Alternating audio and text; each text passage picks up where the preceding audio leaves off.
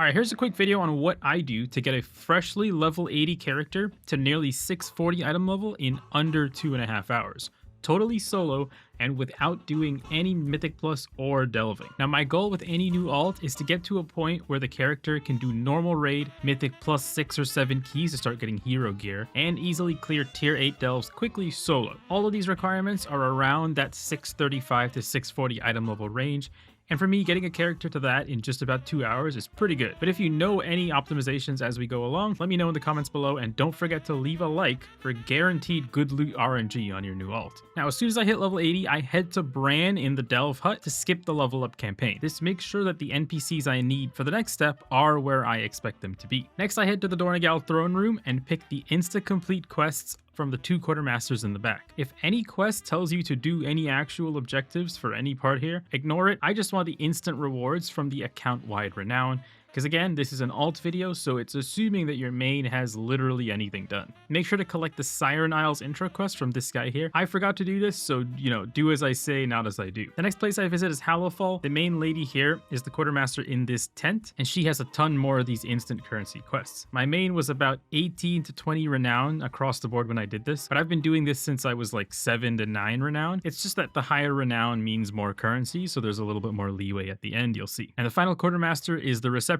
in Ashkahet, then I'll head back to Dornegal. Now, I usually put the coordinates for these NPCs, but there is quite literally one main town in each of these 2 zones, so consider this a skill check. If you can't find these 2 NPCs, then you're probably not going to make it through the rest of the guide. Now, back in Dornegal, I pick up all the weekly blue quests, making sure to select seasonal dungeon option if this lady has a choice screen this week. Also, making sure I pick up the time walking quest or the 4 mythic dungeon quest, as weeks with those available add another big piece of raid loot for a new alt. And the last quest I'll grab is the purple quest near the catalyst. Note that this quest actually gives you 3 fragments, not 2, because when you turn it in, he instantly gives you another free quest for another fragment. Now after this, I'm going to head to the upgrade guys and complete their intro quests. I happen to have a warbound piece of gear I could use to complete this, but if you don't, that's totally fine.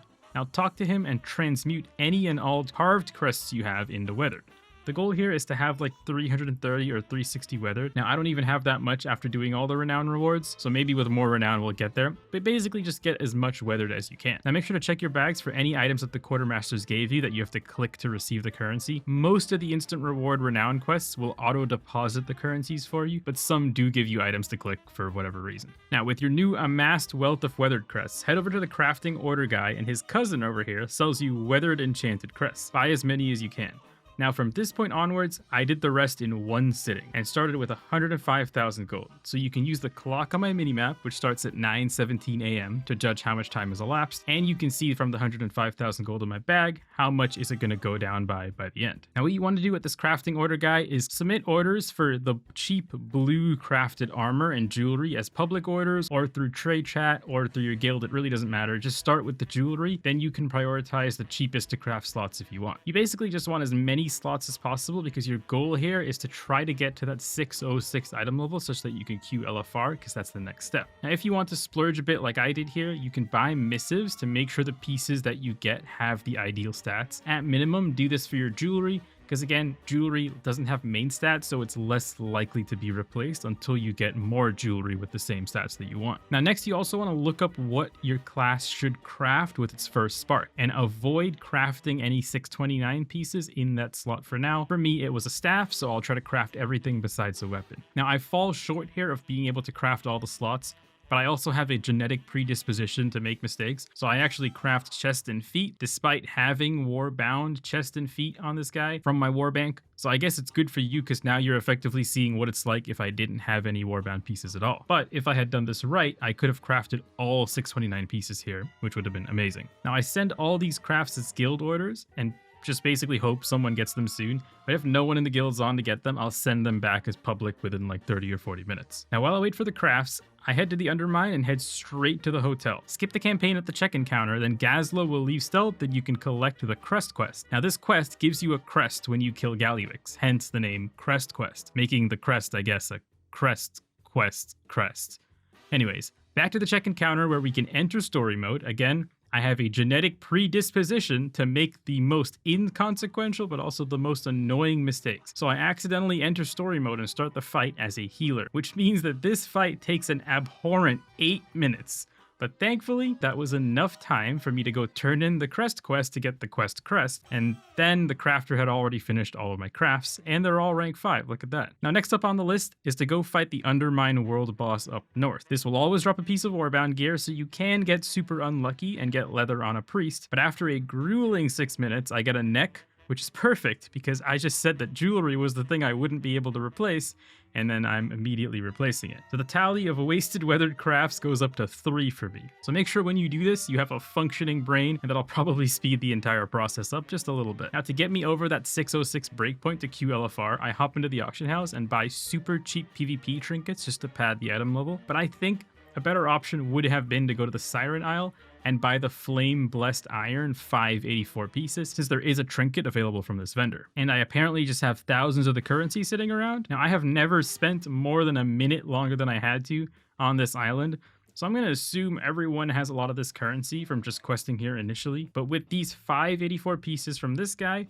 plus the 629 crafts that you can do, this should average you out to higher than 606. But again, remember you're using weathered crests to craft these things, and weathered crest drops from literally anything in the world. So if you need to just go to the Undermine and do some random things, kill some random rares to get another craft. Now after I pass this 606 breakpoint, I want to queue all the LFR wings. But as soon as I loot a fractured spark from any boss, teleport out of the instance, I go to Dornegal and turn in the Catalyst quest to get the other fractured sparks from that guy. I have encountered a bug on some characters where I don't get more than 1 spark piece to drop until I turn in this guy's quest. So make sure to do that, otherwise you might be bricked and do all of LFR and not get any more fractured pieces. But you can teleport out of the raid and teleport back into the raid without any penalty, just make sure it's not during or just before boss combat. Now it takes me just about an hour to clear LFR, and I had pretty much nothing to show for it besides a terrible intellect trinket and a belt. But I had 5 spark pieces, which means I can now make 2 sparks out of that and craft my weapon, which costed a whopping 27,000 gold to craft,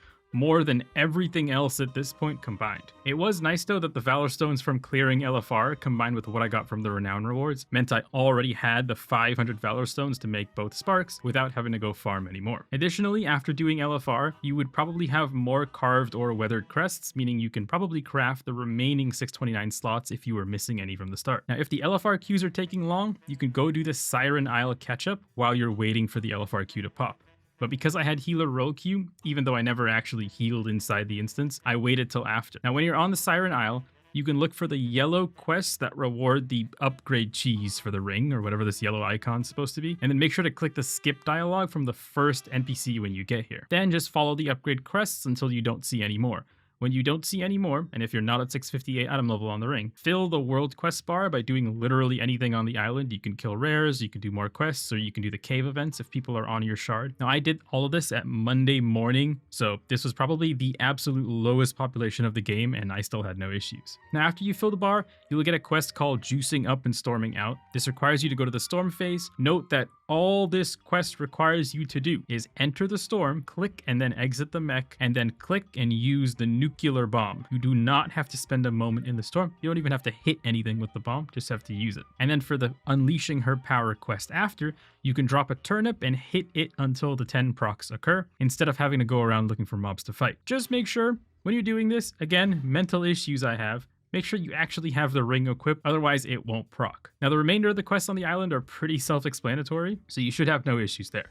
After completing the Siren Isle and getting my 658 ring, if there are any of the rocks you're missing at this point, you can keep doing the cave events until they drop, or you can send them to your alt from the main via the Warbound Bank. Now my staff and the remainder of my 629 weathered crafts had been made, so I could head to the mailbox, and just like that, 2 hours and 21 minutes after I started, I was 637. Now I did cheat a bit, you can see here, in that I'm wearing an agility trinket since it's all I got, but item level is item level. Now there are many fail safes I could explore if I got really unlucky, or if let's say I didn't have such high renown. For example, the Renown rewards, even at a really early stage, give you bountiful delve keys. And even 625 or 630 item level is more than sufficient to take my time and slowly clear through a tier 8 delve with Brann. That means that there are a further 4 champion pieces I could still get from doing 4 tier 8 delves within the same day. And then after doing those 4 delves, you'll get enough undercoin to buy the item that summons the underpin to get a delve map to get a hero piece. And additionally, if it's time walking or the dungeon event, that's another raid piece that you're guaranteed guaranteed on this fresh alt. And later on this season, whenever the horrific visions are added in 11.1.5, that'll be 2 more champion pieces per week, or at the very least 1 if you're not good with the masks. Now, and if after all of that, I still was not near 640, which would be pretty much impossible, I think, I could go do the weekly events for more bountiful delve keys and then do more delve tier 8s the next day, but I have never ever had to go, like, it's always been done within the first couple hours. But the point is that there's still tons of headroom if you didn't have high enough renown, but I ended here, you can see, with 60,000 gold from 105k initially, meaning I spent just about 45,000 gold, half of which, or more than half of which, was the weapon, and I crafted 3 pieces I didn't actually need. But yeah, this is just what I do, and it's been successful every single time I wanted to find the motivation to gear up a new alt. Hopefully this helps you, and if there's anything you think you could improve with this method, let me know in the comments below. As well as if you have any issues or you need help with something, put it in a comment below and I'll keep an eye out. I usually try to reply as fast as I possibly can to them. But that's all for now, though. Hopefully you guys are enjoying the new patch, and hopefully horrific visions come back and they're actually fun. Later!